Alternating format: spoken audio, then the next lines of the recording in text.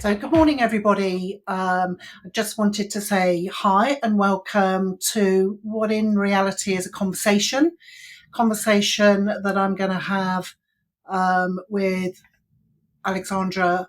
And you have to excuse my pronunciation, Alexandra Voronetskaya. That's Hopefully okay. that's right. Um, Alexandra is the Chief Marketing Officer for EvenBet Gaming, and she reached out to me, and we were talking about something which is very dear to my heart, and the Gaming Boardroom, um, which actually is talent recruitment and retention, predominantly in the gaming sector. EvenBet Gaming obviously is well known in the iGaming sector. They produce a whole load of poker-based products and software.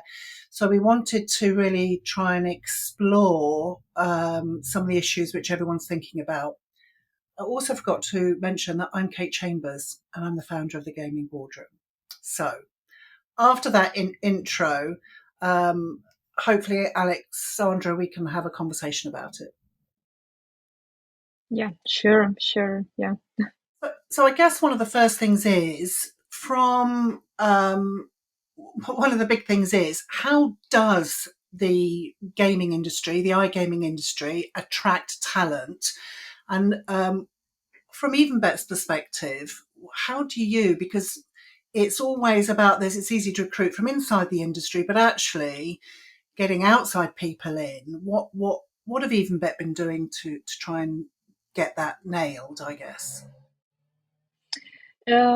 Actually, it's quite an interesting question and quite an interesting case because me personally, I came from outside the gaming industry because my whole experience and my whole professional marketing experience is connected not with iGaming, and I believe that I'm one of such non-typical cases when you can actually hire this or that professional from the outside the gaming sector. And honestly, what attracted me was the growing market, the real challenge how to operate on highly regulated market, because iGaming is a highly regulated sphere, highly regulated market. And honestly, I'm a go-getter. That's why all these challenges that were quite transparently presented by the company on the very beginning of our conversation, they gave me opportunity to believe in me, to believe in the company, to believe in the market. And I think that when you have quite a non-standard mindset, when you are ready to work with this or that challenge, when you find it fascinating to work with some obstacles on your professional way, it's cool. Really, it's really cool because especially when you have experience in some different sectors outside the iGaming industry, you have a completely different point of view. You perceive the information and the marketing tools that are used in iGaming industry in a different way. And you can actually create something non-standard, something special that will be tailor-made for this or that market. And I believe that will be perceived in a different manner by the target audience on this or that market. That's why my approach here, while working with different professionals and finding talents from this or that industry, I honestly tell them what are the benefits of working on the growing market. I honestly tell them of all the hardships and obstacles they can meet while working here. And I try to find people with the same mindset, actually, who are go-getters, who are achievers, who are looking for challenges. And I believe that in case they had in their experience part of their life connected with also maybe some, like quite highly regulated spheres such as spirits industry, for example, it's beneficial for them and for the company from the iGaming sector who is hiring them, because they have already got used to overcoming these regulation issues, some other obstacles, and they are quite creative. So my approach is, as I have already told you, and I believe that our company has more or less the same approach and more or less the same values. We are eager to try something new. We're eager to move forward, and we are eager to risk, as in poker, you know. Well, yeah. So as I was sort of thinking about, the conversation a couple of days ago, um, I for me it's always about trying to do something different. And actually, Mm-hmm. if you just employ people from inside the industry all the time, actually what you get is same, but slightly different companies, marketing campaigns, products. And actually, although it takes a lot more effort, it's more complicated managing a group of people who come from different backgrounds, different experiences, different age groups, and also who are maybe based all over the world with different cultures. It takes a lot of management, but actually it brings something so special to teams, and that I guess falls out in the products that you deliver, the company culture. It's just from my perspective, it's worth the effort to manage. Sometimes it's a bit like herding cats. Alex, we've had this conversation before about herding Yeah, cats, but yeah, yeah, um, but actually, it's so worth it. Um, because let's face it, it's such an easy job to follow. It's easy to follow other companies, take the same things, have the same brand values, so you come across as the same as everyone else. But actually, to lead and to be different actually takes a lot of energy, and you can yeah, only do it actually if you're recruiting a diverse workforce. So, and that includes men, women, anybody of any yeah, gender, cultures from all over the world, and I think it's worth the effort, definitely. So I agree with you. I think it's great. yeah, So yeah, I think one of the interesting things is about and managing diverse teams. It takes some communication, doesn't it? And I yeah, think sure. how do we've spoken a lot about this, and I know you got marketing managers, one's based in France, Yeah. they're all over the place. How do what's your take on communication? I mean, I know from managing diverse teams in all, having people in America, people in Asia, people in South America, and trying to bring them together around a brand so that effectively your brand has one voice, but actually it's coming out of a lot of different cultural places. How does EvenBet manage that? Because it takes some doing, like we've just discussed. Yeah, yeah, sure. We have a completely remotely working marketing team. You are 100% right. We are located in different time zones, and we have all of us has actually a completely different cultural background, and of course it brings like some peculiarities to our communication. Of course, we face some communicational issues, and we have to, as managers, to deal with detecting early stages of burnout if it's possible. Yeah, and we have to always be in touch with our team and engage them on the regular basis in different types of activities.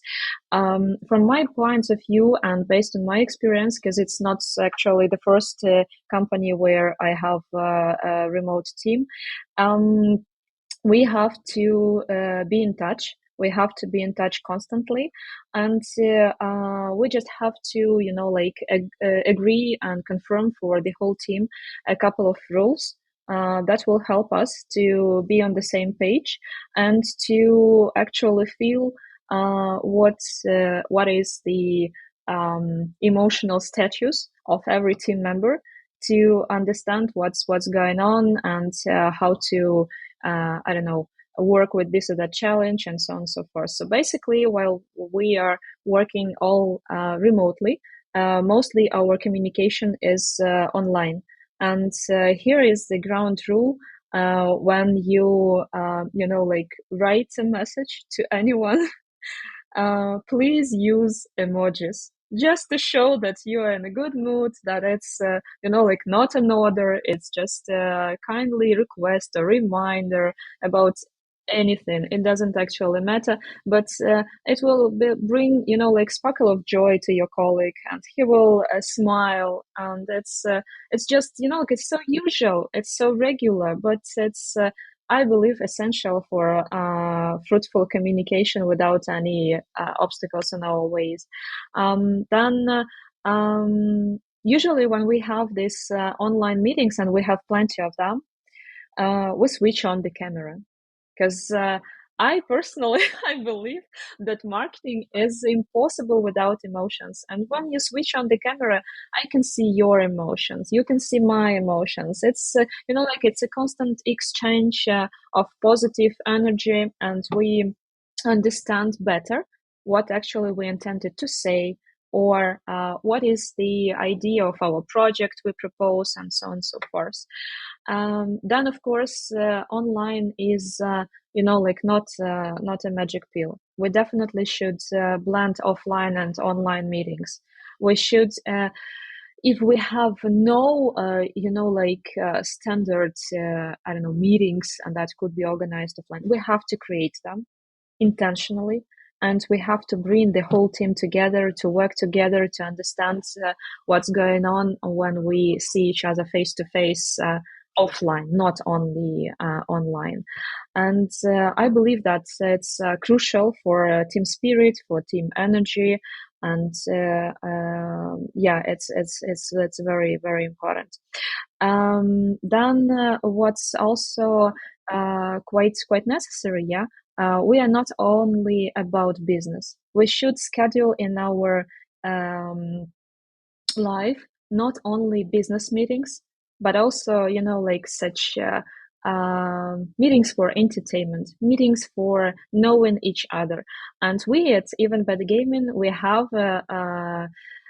scheduled such type of meeting. It's called coffee time. It's scheduled at the very beginning of Friday on a weekly basis, and it's a tradition for us. We just like use this 15 minutes for chatting, for knowing each other better, and it has become a good tradition. And we all are waiting for this meeting, and we are not talking about work during these short calls. Yeah.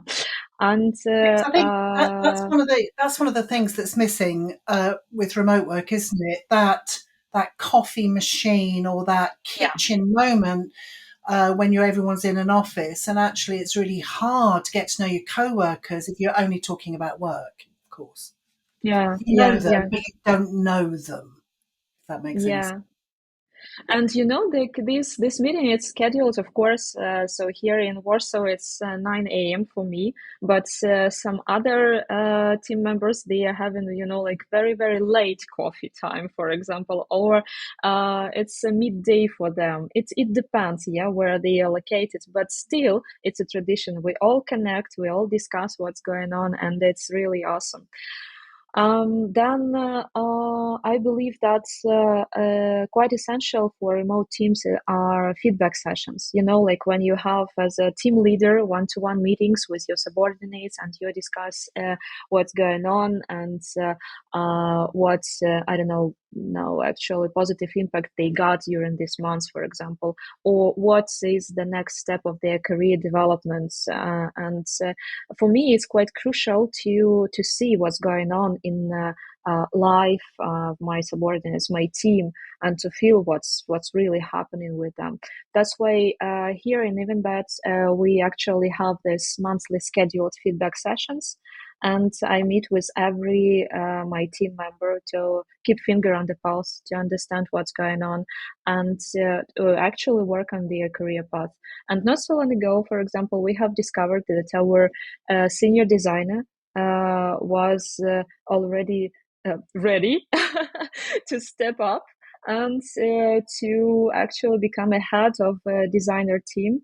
And in May, we launched this function as a separate in-house department, and we are doing it to like work more effectively from the operational point of view. And still, it's a great inspiration for this girl because she will be the head of design team. And yeah, by the way, it's maybe surprising, but still, all team leaders in our marketing are girls. So it's girls' power, actually. Girl power. I like it. I like it. Yeah. Hopefully, obviously, there's a diverse workforce that works with them of men and age groups as well. But yeah, no, that's good.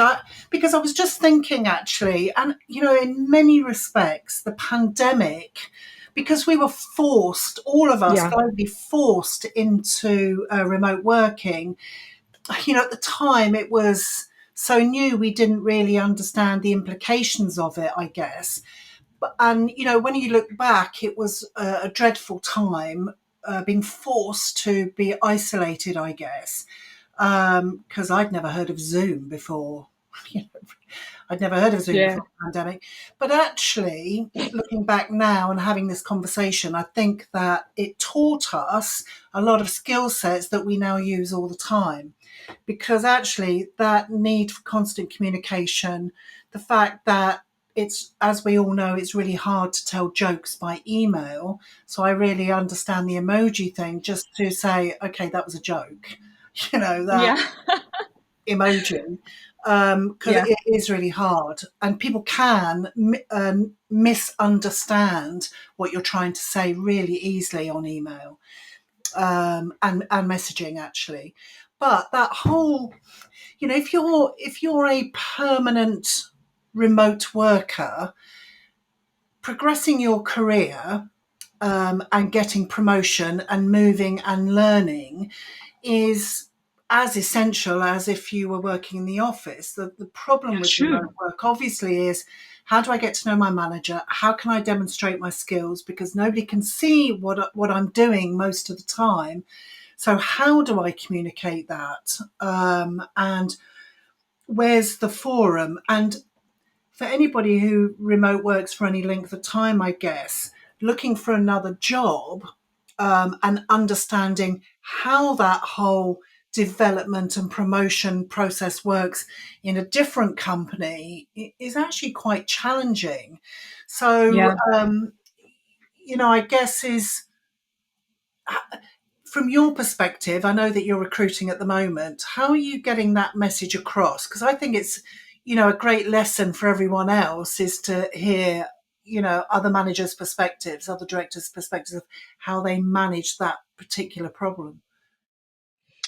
Actually, it's a tough question. Yeah, sorry, Really sorry. tough. It's really tough. That's okay. That's totally fine. But like when something touches you personally, it's usually a tough question. Yeah, really to answer. But still, um, I will try to share my opinion here from two perspectives. The one is that one of the company's values here in EvenBet, we have it's trust. And I believe that trust is a must, actually. And from the very beginning, I trust my team. I trust the any applicants we have for this or that position. I trust myself in my feelings. In case I feel that something is going wrong. And this very moment, I understand that in case I feel that something is going, maybe it is going wrong, and I have to check it. And when you build your relationship with your team based on trust, I believe that it's almost impossible to break it. Really, it's almost impossible. Of course, I believe you and me, we are not fond of micromanagement because it's not about trust. It's awful. It's time consuming. It's not effective, and so on and so forth. It's really unhealthy. Um, It's unhealthy for the manager as well as yeah, the person they're micromanaging too. yeah, sure, sure. That's why trust is a must, really, here. And I start. So my starting point is trust. Whether I feel that we are on the same page with the candidate here, okay, we can continue our conversation. In case it's not, maybe you will just choose the other person. That's it. Thank you very much for getting acquainted with me. Still, when you build the atmosphere and trust in-house the company and in-house your team, based on my experience, for your team members, for your subordinates, it's quite complicated to hurt your feelings and to broke this trust. And I believe that this is the point where you should actually feel this emotional connection with your team. That's why these informal meetings are essential. That's why these feedback sessions, they are essential, because you should check whether you are on the same page, check whether you still have the same goal, the same focus, and so on and so forth. And this is one perspective, yeah. And the other perspective, actually, in case we understand that we are now hiring, and we have an open position for the head of digital and analytics in our marketing department, but still we had already had quite a positive case when we were a little shaken the community and the networking. And actually, we had quite a positive case also in our marketing communication department when we just shared the open position to the community of marketing specialists, and we got quite a good applicant to the position of brand manager. So the hiring issue was closed very quickly. And not so long ago, if I'm not mistaken, last week we have finished the probation period, and luckily everyone is on board. We are happy. Yeah, that's why it's a working instrument. Actually, it's a working tool when you just go to the community of professionals in marketing sphere or whatever. In case you are looking for a financial director, for example, to the financial specialists, financial professionals, and you say, guys, we are a great company. We are operating in the growing market, and we have this open position. Please recommend anybody. Now, when we are living at the center of tribe culture, and the basis of everything is feedback, testimonials, it's really quite an awesome tool to go to your community and to ask for, I don't know, some piece of advice, and it's really working. We have at EvenBet such example. That's it's a proven tool. Yeah, I think for me also it's about it's a bit like the what came first, the chicken or the egg. Yeah, But in terms of brand, so what you stand for as a brand and culture, it's so woven together that actually if you can create a brand which stands for something, um, then you're halfway there. The issue for me sure. is that the people that you employ bring the brand to life, because actually they're the ones who are writing the words for adverts, for press releases.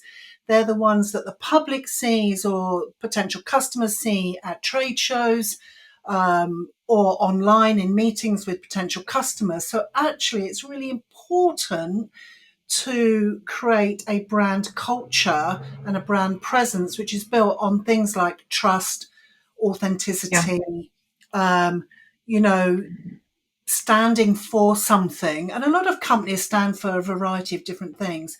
But actually, if you are really consistent in driving that message through and just nudging your team members all the time, then actually building that brand environment and culture it's like gold dust, actually.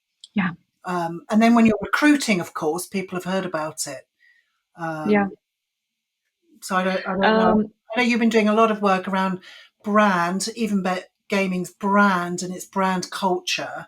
What do you think about? I mean, you're going to agree. You're the chief marketing officer for EvenBet. I'm sure you're going to yeah, agree. sure. But Yeah, you know, sure, sure. I think brand, particularly brand charisma, is something really interesting to develop. That's the bit that I always loved about, working, was trying to do that thing where people think about a brand, and it's charisma ultimately.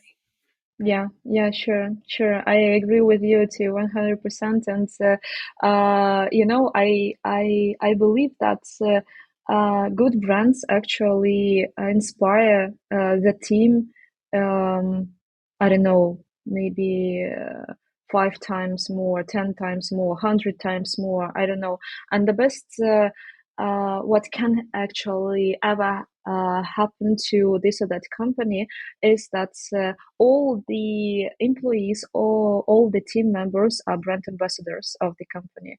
And my non-official goal here also is actually to create such team and to give everyone opportunity to become this real brand ambassador of our brand, of our company, of our product, because this is awesome.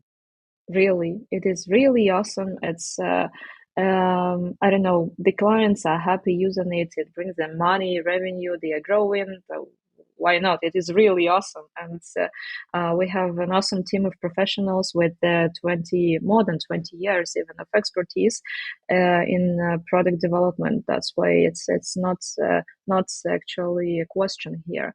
But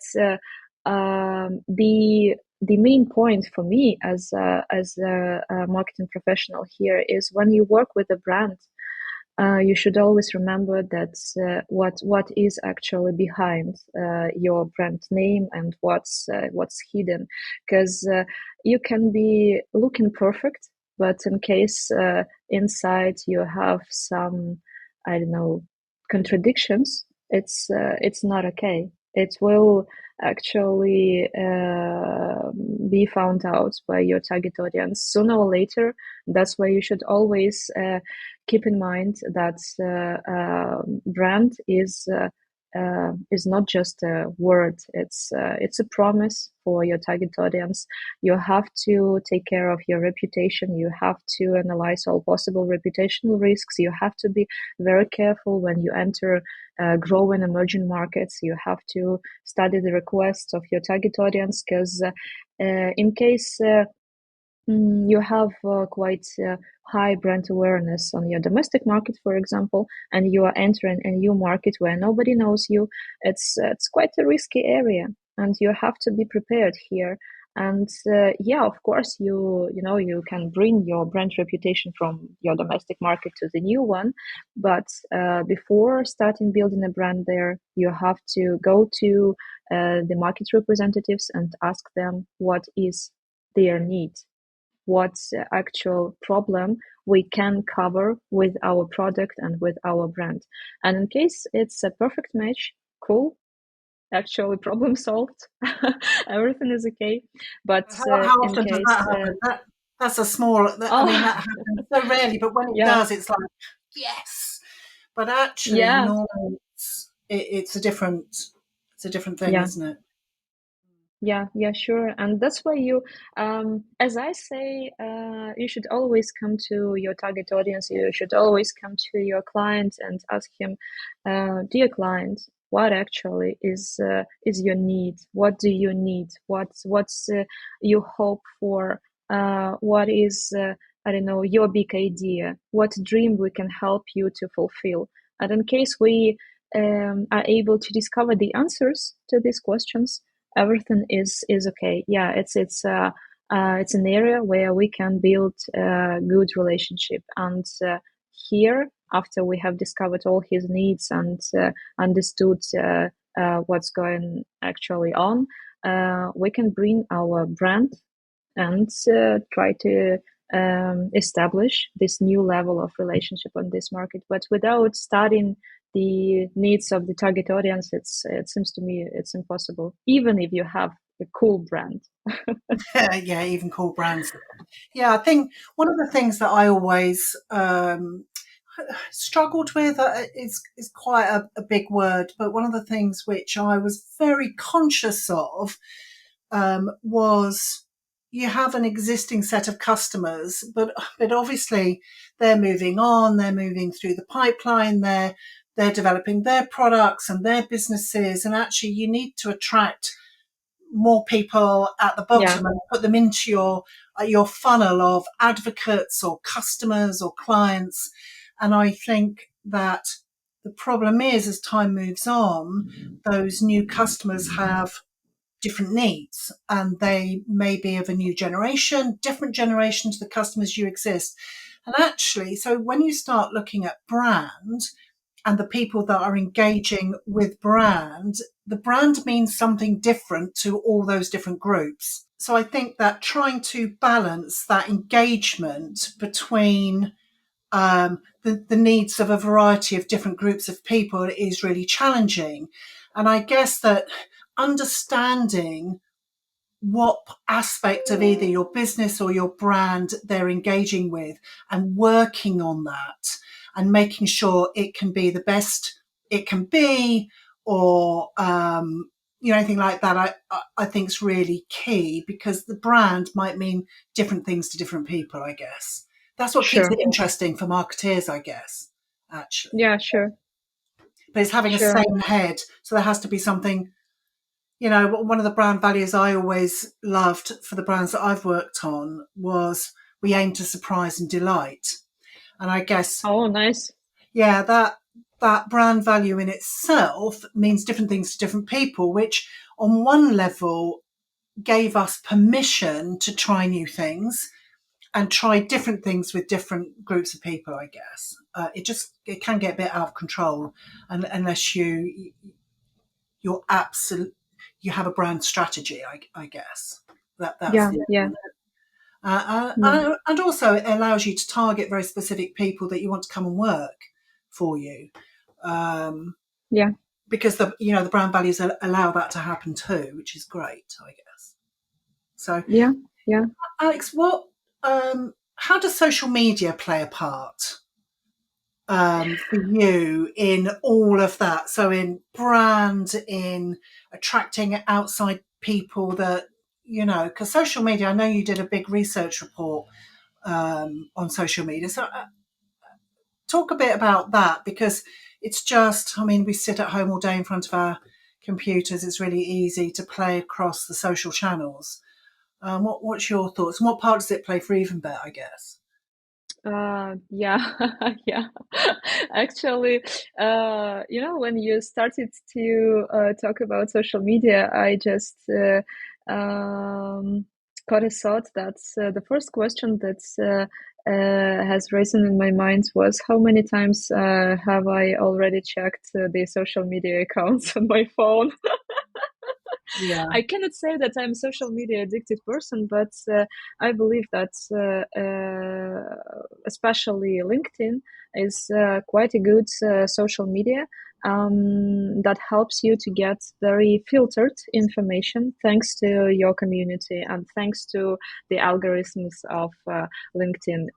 For companies, of course, in terms of advertising and brand building, it's quite a tough issue to deal with LinkedIn because mainly it's for users, not corporate companies working, I mean, and it's really tough to overcome all these algorithms, but you can create appropriate strategy and share with LinkedIn community quite good, essential, and very effective and precise, rare information, and this will bring you up and higher in comparison with your competitors. You will be more noticeable. You will have a higher level of engagement with your audience, and so on and so forth. On annual basis, actually, we at EvenBet we conduct research And not so long ago, at the very beginning of this year, we have shared the reports that's um, basically we shared the data we have collected for during the 2024, and this research was carried out during the whole year, during the whole exhibitions and events we had in 2023, and we have conducted more than, if I'm not mistaken, 200 in-depth interviews.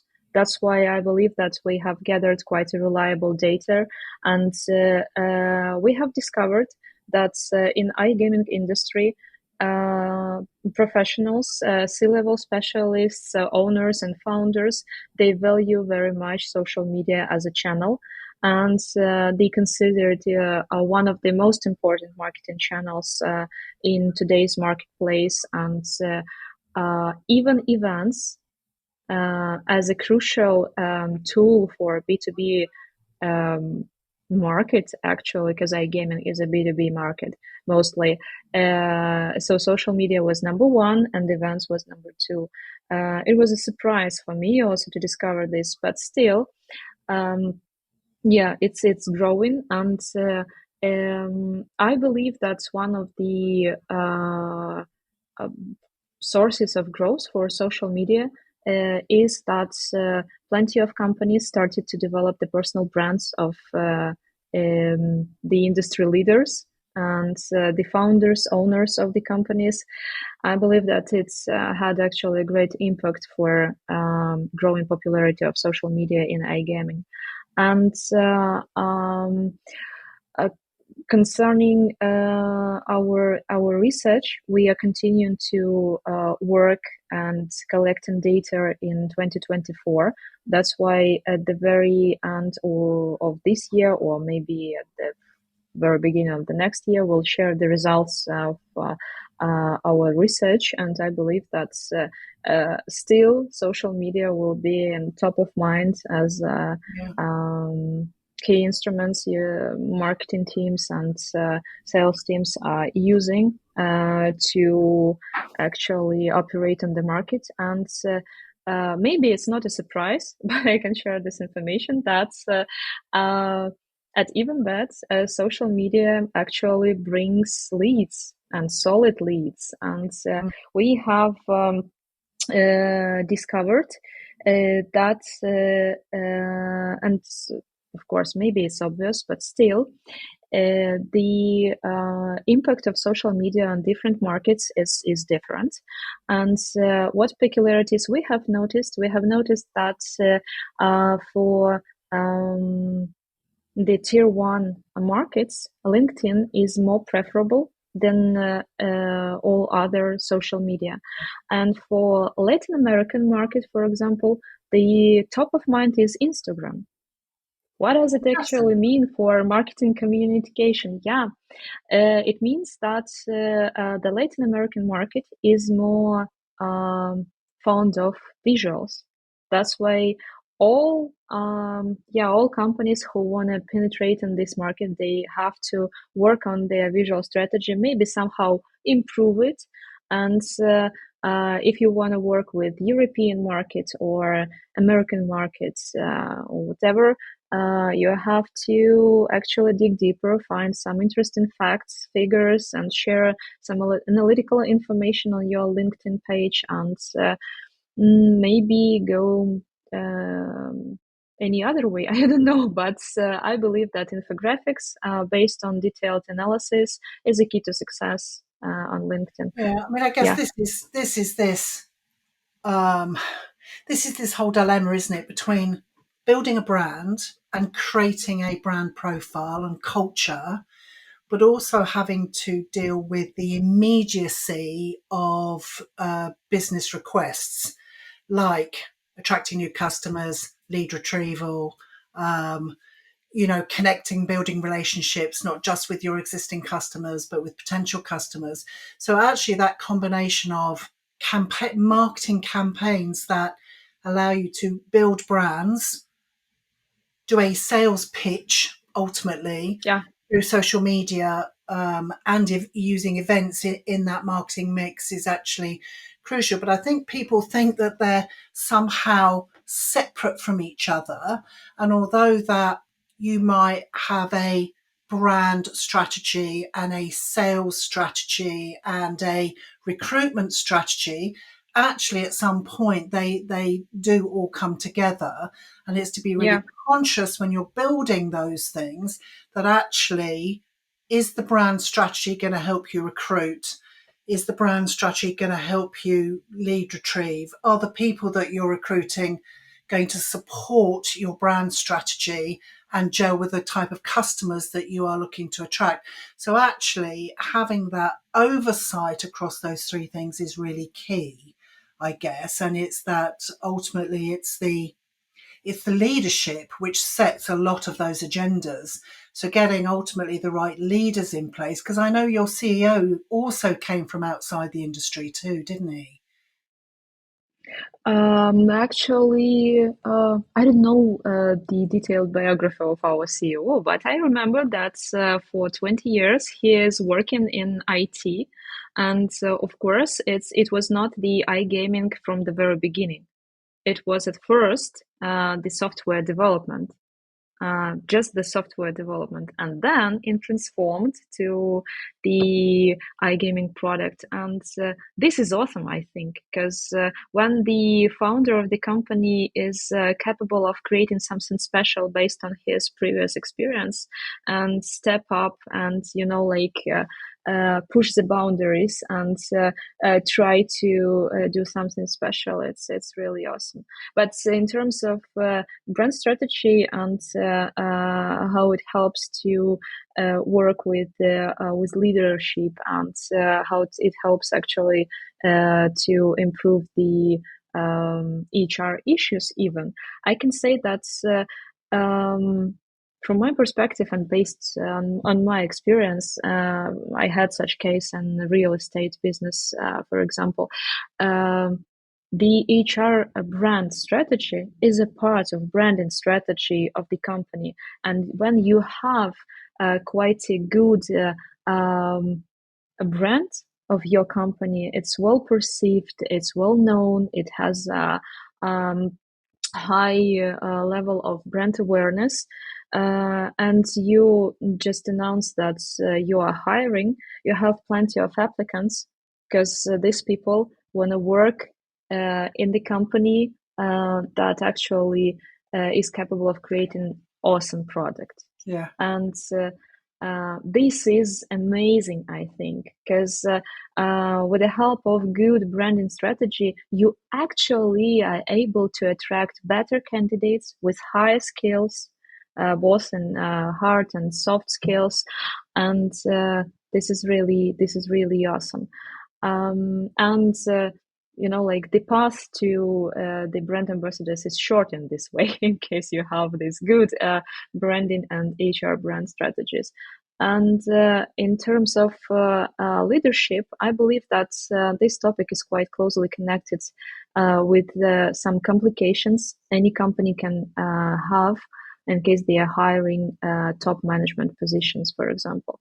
And regarding this situation, I can say that the companies with greater, bigger brands, better known, better established on this market, they of course have higher chances to attract better candidates. But in case you are not so big and you are just dreaming about becoming quite a global company, actually it's not a problem.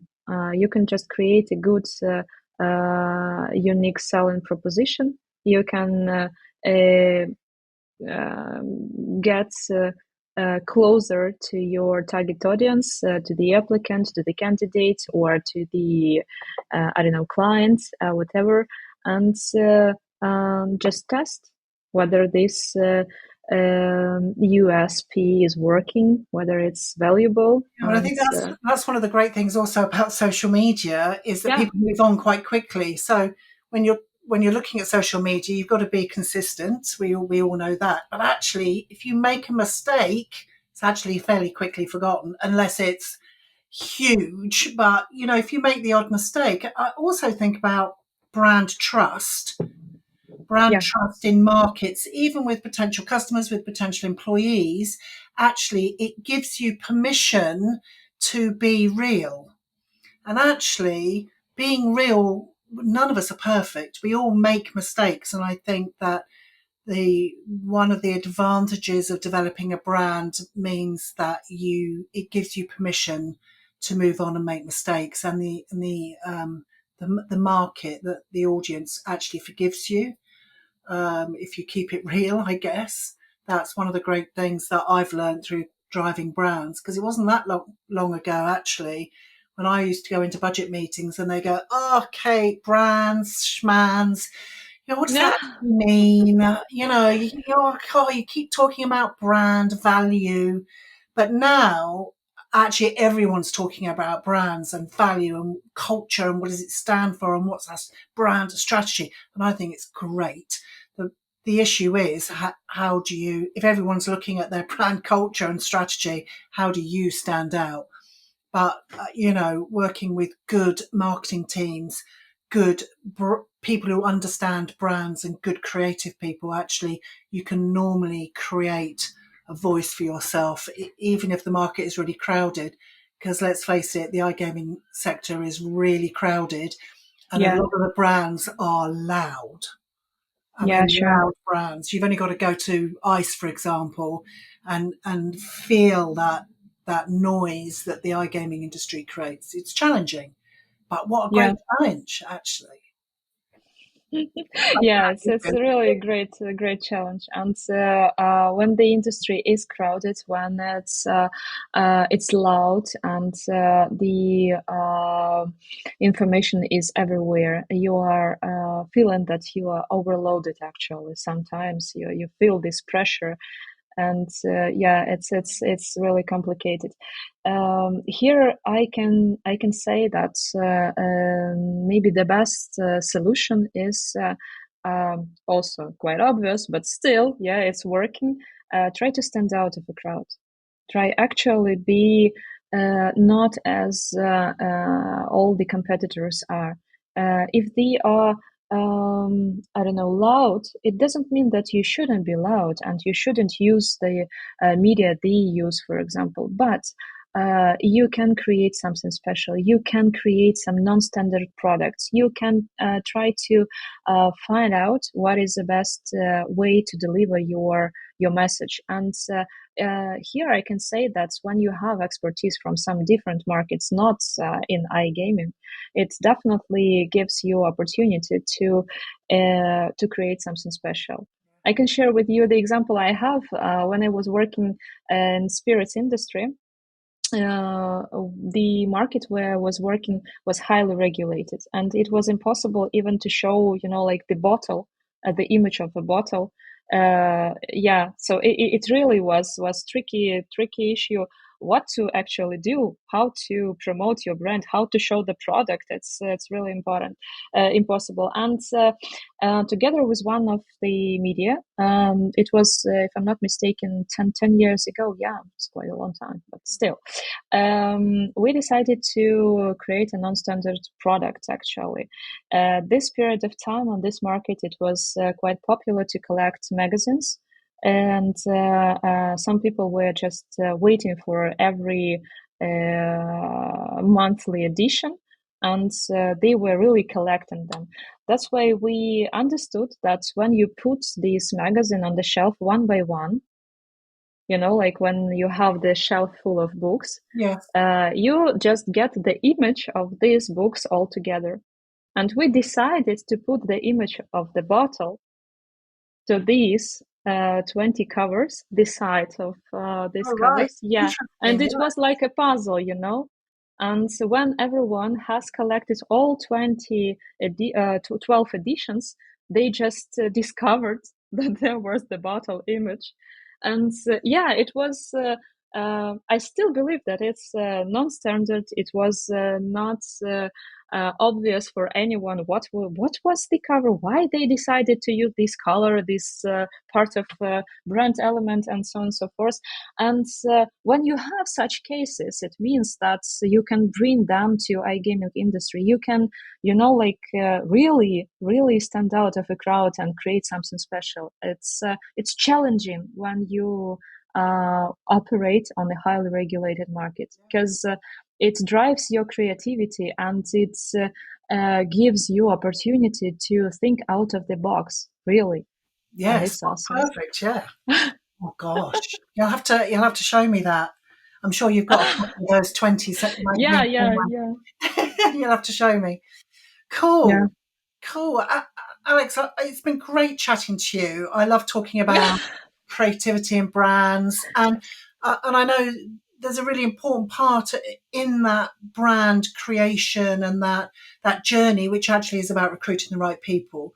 So I know we talked a bit about that before, but and I wholeheartedly, and it's I guess what I'm trying to do with the gaming boardroom too is trying to create a diverse group of people who all bring something different, but collectively understand where the journey is. So Yeah, collectively, through different ways, we get to the end point, and actually probably down to me being the leader to say, okay, this is where we want to end up. How do we get there? And it's not always a straight journey. yeah. You are allowed to deviate and stop off and change your mind and come back as long as you actually know where the destination eventually should be. So all these things play a part. Thank you so much. Can we chat again? I love Yeah, this. sure. I will be willingly waiting for the next opportunity. The pleasure is all mine, actually, because your expertise, it's awesome, and all the questions that were raised by you today, they are really non-standard, and I really liked to share some examples, and it was really awesome to chat with you. Thank you so much. Oh, my pleasure, and thank you too. Thank you.